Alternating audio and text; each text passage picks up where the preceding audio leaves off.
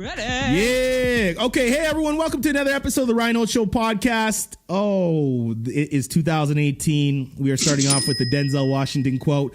Ease is a greater threat to progress than hardship. And 2018 is going to be great. We kicked 2017 in the mouth. Trust me on that. I have a really special guest who I stalked on LinkedIn and kind of went and did the digital deep dive and did the whole storytelling and then figured out why I wanted her to come on and share her story on our show to you beautiful listeners. Again, thank you so much for all the reviews on iTunes and all the downloads and things like that. Much love. But we're going to get right into it. Camille Dundas is a social storyteller. She works for 3 different companies, but they all tap into her storytelling skills on social media. In Nigeria, Nigerian people always say you should have 3 side hustles. So I think Camille's doing that. Camille spent 10 years working as Jamaican people say that. Yeah. Camille spent 10 years working as a television news producer for CBC and CTV, but most recently made a shift to Hootsuite, where she helps enterprise customers visualize their wildest social media dreams. Camille is also a consultant at 404 Media Group, where she helps clients understand how to pitch their businesses to mainstream media. And Camille is also the editor-in-chief of award-winning online magazine ByBlacks.com, currently ranked number 1 among online publications serving the Black Canadian community. Welcome to the show. Thank you, Ryan. Lack thereof of a ball cap. Shame on her. We're still not a sports family. Clearly. I know. The one thing I wanted to get in is you were talking about to a group on YouTube as a video, and you said, growing up was not easy. You didn't have furniture. Sometimes you didn't have food, but you always had words and used those words to tell a story of a life that you necessarily weren't living. And I mean, that strikes a chord for me because I come from humble beginnings as well. And I think that so many people out there are in the same position, and I feel like I think everyone needs their escape. And for you, it seems like words have always been an escape. So could you just elaborate on that? And that's kind of how I'd like to start out the conversation. Yeah. Oh man. So, my family came to Canada from Trinidad when I was 4 years old. And so the way my memory serves me is that I guess, my parents saved up what money they had, and we came and we moved here. And then things just got progressively worse over the years, right? So when we first came, we had this really awesome house, a great big house, 2 families living there. It was all good. And then, it was really hard for my dad to find work. Yeah. He was a civil engineer, but like many immigrants here, couldn't get, the same level of work that they got back home. Yep. And we ended up in a small apartment on top of a Chinese takeout, and it was on the Danforth for people in Toronto.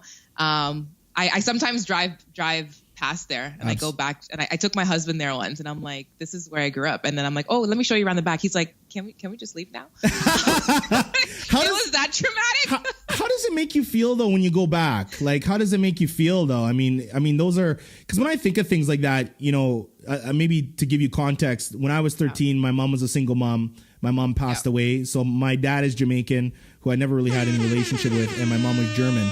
And at 13, my escape was football. Thank God I found something that really crafted in. And even to this day, even in business, I've definitely made my success in business. But taking those skills and that escape and all those necessary things that I learned, I still practice those to this day. I literally do. When I go back, my wife and I, we have a home in Fairmont, BC, and one in Edmonton. So we spend half our time. But when I'm in Edmonton, I regularly will drive her by where I grew up, and it's a life that I just think about. In some regards, it's the most vulnerable I ever feel. But at the same token, it's beautiful. There's a lot of beauty in pain. So how do you feel when you drive by where you grew up?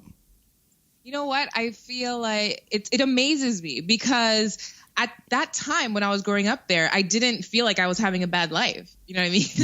Yeah. So I'm almost grateful for it, because it really informed, it made me so motivated. And so, I remember once this encyclopedia salesman came to our house, and he was like, I don't know why my mom let him in, but clearly we could not afford this set of encyclopedias. And I said to him, he was like, oh, little girl, what do you want to be? I said, I'm going to be a journalist. And he just looked at me and laughed, and he was like whatever, but in my mind, I was going to, somehow get my hands on all those encyclopedias. I was going to read through them, which I eventually did through the library. And I did become a journalist, and words for me and books were a complete escape. And no one had to tell me. My mom never had to tell me to go do my homework or go read. I was in those books all the time. And I especially loved the choose your own adventure books. Those were gold to me, because you could just be anywhere and be anyone and just have a whole different life, right there in my room where rats and roaches were right across. Right. Yeah. But none of those things existed when I was just in that book. Right. Nothing else existed but that other world. So. Well, you said one quote and it really stood out. It was kind of it hit home, and you said, turn your mess into a message. And I really like that, because you're basically saying you basically started out and said, there's a beginning, middle, and end to your story. And I think the one that you ended off, you said a good story is personal, emotional, and then true. And I mean, that is the biggest thing. So for a story, now people are pitching stories all the time. Social media is a gauntlet. It's definitely changed the media landscape as we know it. Traditional media, and this is kind of my beef with traditional media. I mean, I've done all the TV and radio too, is that you had the platform. You were the only platform where people were, I'm in the marketing bit. I own a marketing company, and all I do all day long is day trade people's attention.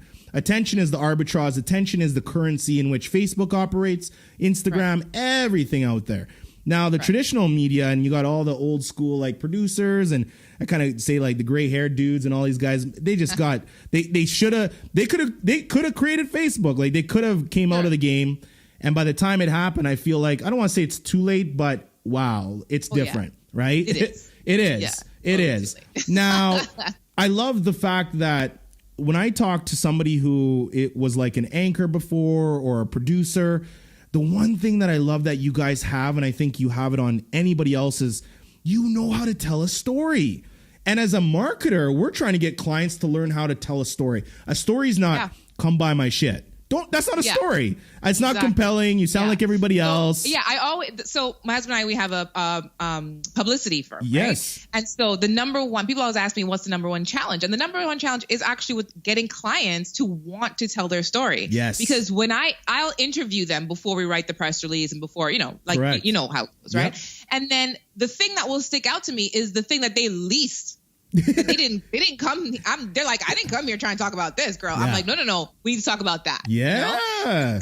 See a therapist. If you've ever gone to see a therapist, you'll talk about all this, and she'll be like, or he will be like, okay, but what about this? And you'll be like, no, I'm good with that. I don't need to talk about that. But you'll be like, no, we need to talk about this, right? And it's the same thing. So, and I always tell people, one of the things I say all the time, anyone can get on TV. It takes the right story. Absolutely. And so because people who work in media I worked in mainstream media for 10 years. So all I did every day was write little stories. Yeah. And so it just literally comes naturally to me. So, and one thing that it's kind of like a little magic trick that I used to do in my workshops, where I would have a group of people, and I'd be like, okay. And I ask them, I'll go one by one, and I would ask them maybe a series of 3 or 4 questions. And I'd be okay, you are somebody who does this and that, and blah, blah, blah. I would just sum up their entire life in 2 sentences. And they'll be like, how did you do that? This is what I've been trying to do for 5 years in my business. And I'm like, that's just it just comes naturally because I've been trained to do that. So yes, hire marketers. Yes, hire publicists. Don't try to do it alone, because it's a magic trick for us, right? Because but it's not magic. It's just that we've been doing it for so long. But all those, it's funny because you have a lot of people that worked in traditional media. One lady actually said to me, she said, Ryan, I feel like the skills I learned in media are not as transferable as I'd like them to be into the real world because it's such a niche. I just was kind of like, maybe this is why the traditional media industry is where it's at, because I completely disagreed. My biggest thing, and I always like to talk about weaknesses, is, man, I have great ideas. I can talk. I mean, I love my social media. I've been a media hound. I mean, I'll tell you the ways I've pitched. It's been borderline, psychotic and weird and stalkerish. But I got it done. Results, and I got results from it. But the biggest thing for me was, how do I get my amazing ideas? And it's funny because people are like, well, Ryan, you own a marketing company. I mean, that's just what you do. But I'm like, to get my idea articulated into a contextual, tidbit so that you can actually understand it. To me, that is a huge talent. Like, it's funny. I'll have an idea. I could talk to you about the idea. You're going to undress it, dress it back up, reshape it. And I'm like, put it back out. That makes so much sense. That's exactly what I was thinking. In 30 seconds. In 30 seconds. And that concise. Well, and that's a talent. So what do you do? Like, how is that something you learn? And I know you said, hey, as a child, my escape was books, but how do you cultivate? How do you make that a craft? How do you, like, okay, in business, right? People are in sales oriented environments. They're always going in, and I give analogies, right? They're not looking for a marriage. They're looking for a one night stand. They want to sell something quick. They want the instant gratification. Storytelling does not often come with instant gratification because you got to go throughout the whole story. In the end, you get yours. But what would you say to a business or, you know, whatever, who's like, I need to get my story out there. How can I even do that? And like, how can I stop thinking about me? A good story is about you. For one, it's a long game, right? Yes. So like you said, you know, you need to have patience, right? And so don't, you know, overwhelm people with information, number one. Yeah. You need to, especially if you're a new business, people, as you know, as a marketer, people buy from who they like. Yeah. And so the first step to getting someone to like you is they need to know you. Yeah. So, you know, space it out, number one, right? Don't tell your whole life story all at once. Okay. And so, there's two types of I think where stories that these fall into, right? And I'll give you two examples. So a couple years ago, I was promoting one of the workshops I did called The Big Pitch. Okay. Yes. And so there's, like I said, two types. There's one that I call like a factual story. And all of these are for persuasion. They're stories of persuasion, right? But they're not beating you over the head with persuasion. The factual is a little bit more on the nose, but the vulnerable story is a little less on the nose, right? So I told this, so I was doing a series of social posts over 2 months to promote this event, right? Mm-hmm. And one of the posts I did, the title was, it's on LinkedIn, so you can go check it out. The title was Throwback Thursday, My Life as a Beauty Queen. It had nothing to do with the actual event, okay? The first line of the story was, a couple years ago, I accidentally stumbled into the pageant world.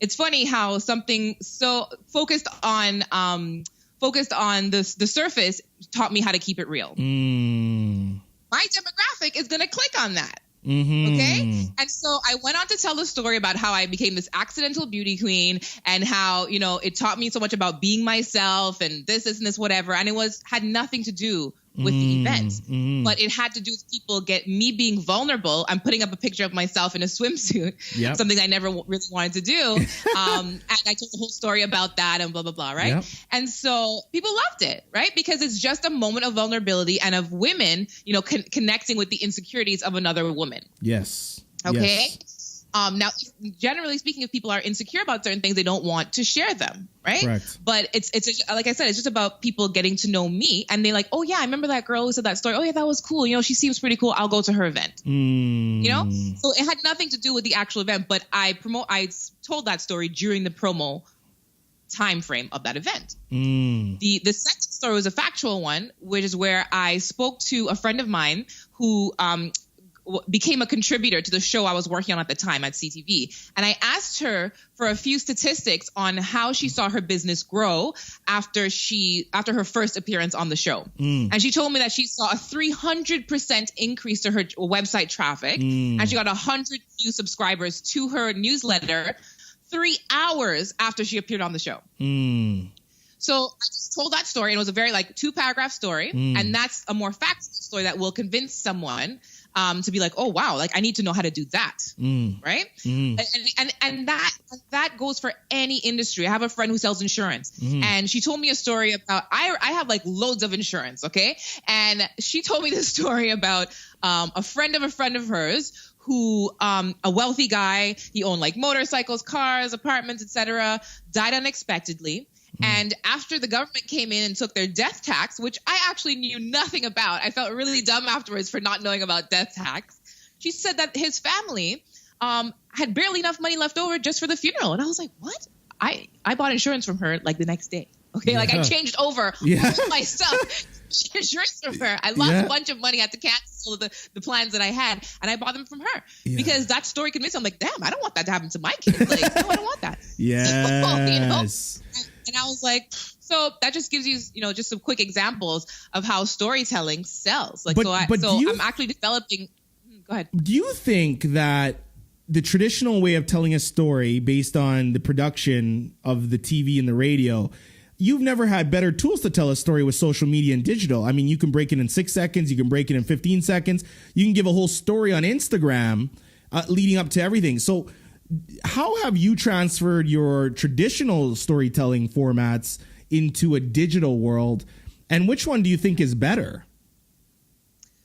Well, yeah, better is relative because it depends on what you're trying to do, right? Sure. So people, while our video consumption definitely is showing it's all mostly online, and I read a statistic that said 85% of social consumption will be video. Absolutely.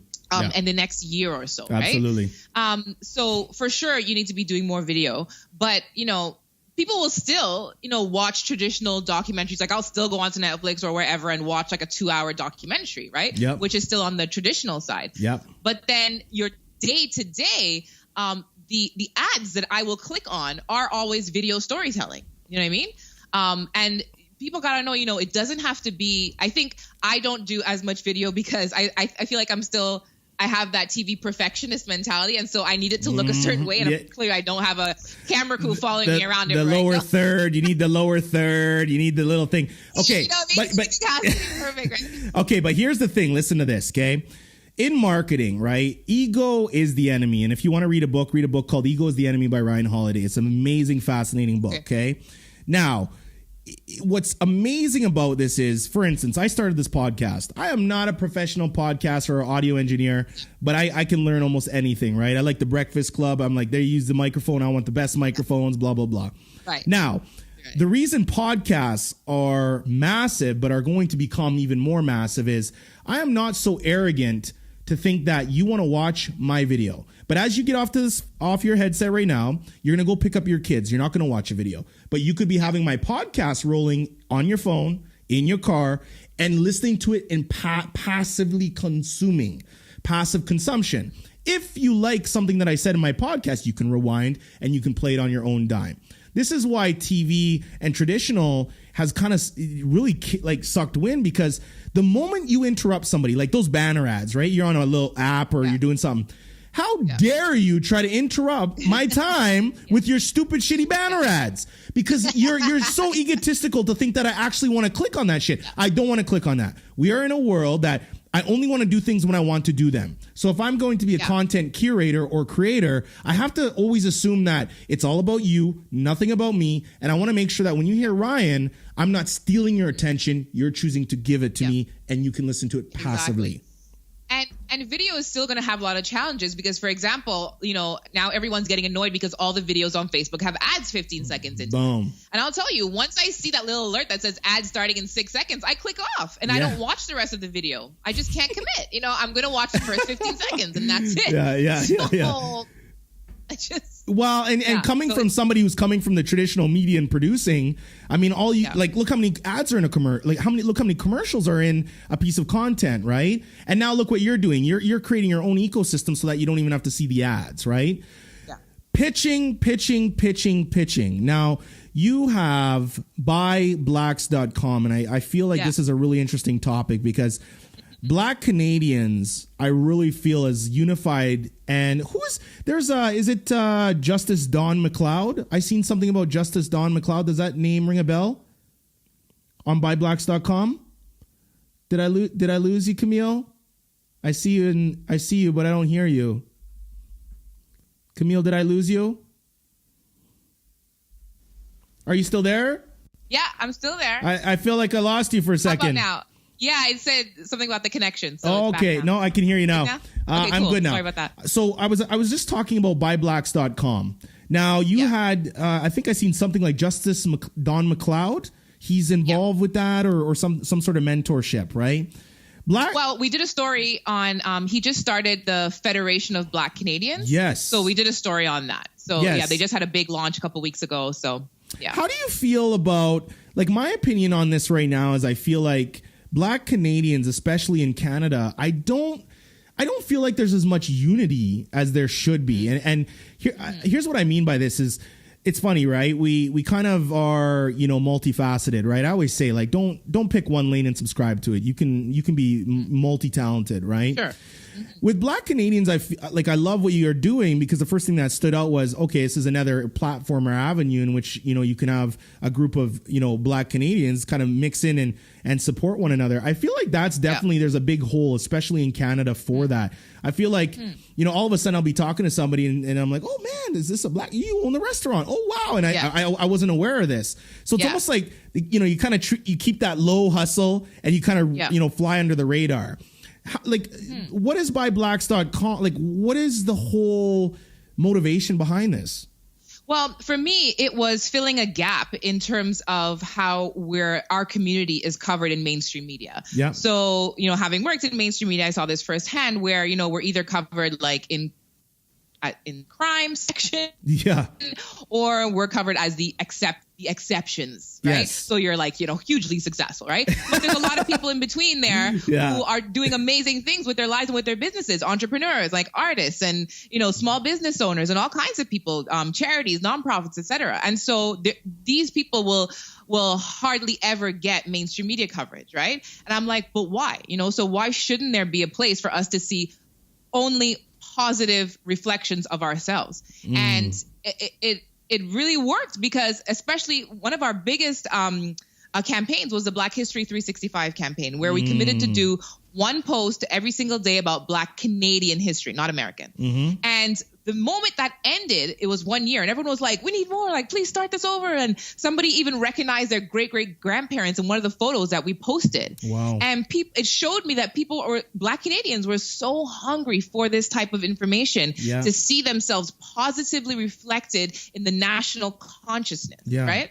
And I was like, we got to keep doing this because people want it. And why is that? Because still today in where we're taught in schools, this, Black history isn't part of Canadian history. I do want to get to the point one day where we're not calling it Black history. Yeah. Where we're calling it Canadian history. Honestly, I do. Yeah. But we're not there yet. You know what I mean? So that's why we do what we do. You're a fighter, eh? When I watch a lot of video on you, and you speak with a very assertive. You're just a fighter. Like, you can tell. I can always tell somebody that's you have one hell of a story, and I think the common world probably only knows just a smidge of it. But can you speak to that? Like, who is Camille? You're a journalist. You have transitioned out of traditional media, went over into Hootsuite, which is all digital and all social. Like, who are you? Who's Camille? Oh, we're gonna get transcendental. And I know we're pressed for time, but I mean, I think you have a lot to offer. I'm definitely gonna have you back on, because I think there's lots to talk about with you. But who is Camille? I did check out your family looks beautiful. Oh, you guys, thank you. Your husband looks extremely colorful in character as well. The first thing I thought about was, that's definitely her husband, because I'm like, okay, he looks just as crazy as you, and I mean, but you guys look like you're. No, it's a beautiful thing. But who's Camille? Again, and for the listeners, my biggest thing is, even the pitching. People get scared to pitch a story. People think their story's not good enough. People constantly doubt themselves. You have kind of been through it from all aspects. I know you've been someone at one time where you're like, man, because of where I came from, I don't know. There's got to be self-doubt. We all have self-doubt. Then you moved into the phase where you're the person that's deciding which story is relevant and is going to be put on. And now you're going over onto the other side of saying, okay, well, maybe I want to tell a story, and I'm helping everybody else tell their story. So how to pitch, what story is good enough, and what is Camille's story, all in a couple minutes. Jeez. I mean, you know what? I mean, I'm a grown-ass woman who's been up and who's been down. Yeah. But I think what sums me up best is one of my best friends described me as a bad check. She said, because you always bounce back. Yes. And I think that's really me in a sentence. Is a bad check, because there's nothing that's going to keep me down, right? Yeah. And I think because I've been through so many hardships and I've seen the other side, and it's made me, because I've had so many different childhood experiences, in the up and down. We've been poor, we've been wealthy, we've been back, we've been there again. I'm a chameleon, and so I fit in anywhere. And, my husband is the same. And I think that's probably what attracted us. We both can, there's is it that Rudyard Kipling poem? Go and find it. But it says something about walking with kings, and I can't remember the rest of it. But it's being able to relate to any group. And I think the vulnerability, and I've had this since I was a child, and I absolutely believe that I'm also an empath. In that when I meet strangers, I feel their energy right away. Immediately, I feel if they're going through something like a hardship, I'll feel it right away, and I'll know, okay, something is going on with them. I just feel it. And so I've been that, like, from I was 7 or 8 years old. I remember getting in huge trouble once. We went to the park, just my siblings and I, and they were in the park playing, and I ended up sitting on a bench next to this really elderly man. And I was only 6 or 7, so it looks kind of creepy, right? But he was just talking to me, and he was just telling me about his life, like there was a senior's residence nearby, and he, lived there, and he was just telling me about his life, and I was just 8 years old, and I was so intrigued. And as soon as we got back home, my brother and sister were like, Camille was talking to a stranger, and blah, blah. And my mom was ready to come with the licks, But my dad and I, we have a rough relationship, but we also have a weird connection where he just saw that in me from a young age, and he was like, no, she's different. And he was like, just leave her alone. You're a warm character. You're just a warm character, and you can tell even by how you communicate. LinkedIn, and I can't remember how you even came on my stream. You liked something, and then I think I seen you, and then I went to your account and I added you. I'm like, man, she's fantastic, right? I want to get into, before I get into a quick fire round, pitching. How does somebody like, even when I pitch, you almost feel like you don't want to bother somebody. So when somebody's pitching, like, are you bothering them? Or no, give them value. Give them value. And number one, don't pitch cold to a person you've never spoken to before or never interacted with online. So before you send that pitch email, find them on Twitter or LinkedIn, look at what they're talking about, like their stuff, engage with their stuff for a week or so, and then send the pitch and be like, hey, I know I really love that article you shared about X, Y, and Z. You know what? I have this thing that you'd be really interested in. That's how you get into it. Just don't go with the cold pitch. Camille, I think you have you thought about ever having a podcast or something like that? You're a fan. You got to all my friends keep telling me to do it. Yeah, well, you got a great voice. You can talk. Thank you. If your traditional media head says that it's got to be professional video, you don't have to worry about video. It's all audio. No. But you have a lot to say, and you got to find one consistent thing of pushing that out there. You're fantastic. Exactly. Fire round. Number 1, sneakers or heels? Sneakers. Okay. 2, what's for dinner tonight? Chicken. Don't sound so damn stereotypical. 3, are you a hunter or gatherer? Gatherer. You're a new addition. You are a new addition to a crayon box. What color would you be? Like that means a color that doesn't exist? Correct. Magenta mixed with yellow. Man, okay. Who would win the fight between Superman and Batman? Batman. Okay. What is the number 1 thing that drives you? It's in here. It's all in here. Okay. Born with it. 7, proudest moment personally. Proudest moment personally, meeting and performing for Nelson Mandela when I was 16 years old. Jeez, that's great. Oh, we got to talk more about that's a whole nother episode. Yeah. And number eight, that's like, if I'm going to be the psychologist right now, like I'd be like, whoa, wait a second. We missed the whole thing here. Yeah. Number 8, biggest professional accomplishment. Professional accomplishment, just a few months ago, at ByBlacks.com, we won the Innovation Award from the Canadian Ethnic Media Association. That was our first award. Huge for us. Huge. Number 9, how do you define success? Success is defined by whatever goals that you set out. If you met that goal, it's not by anybody else. It's your goals. So if you met your goal, you're successful. 10, what are you scared of?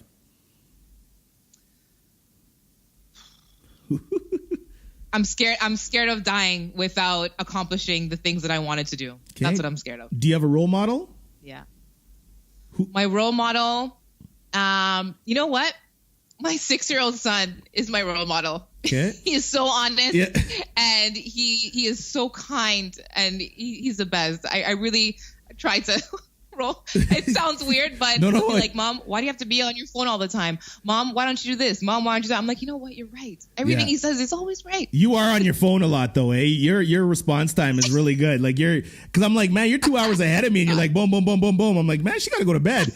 What is your?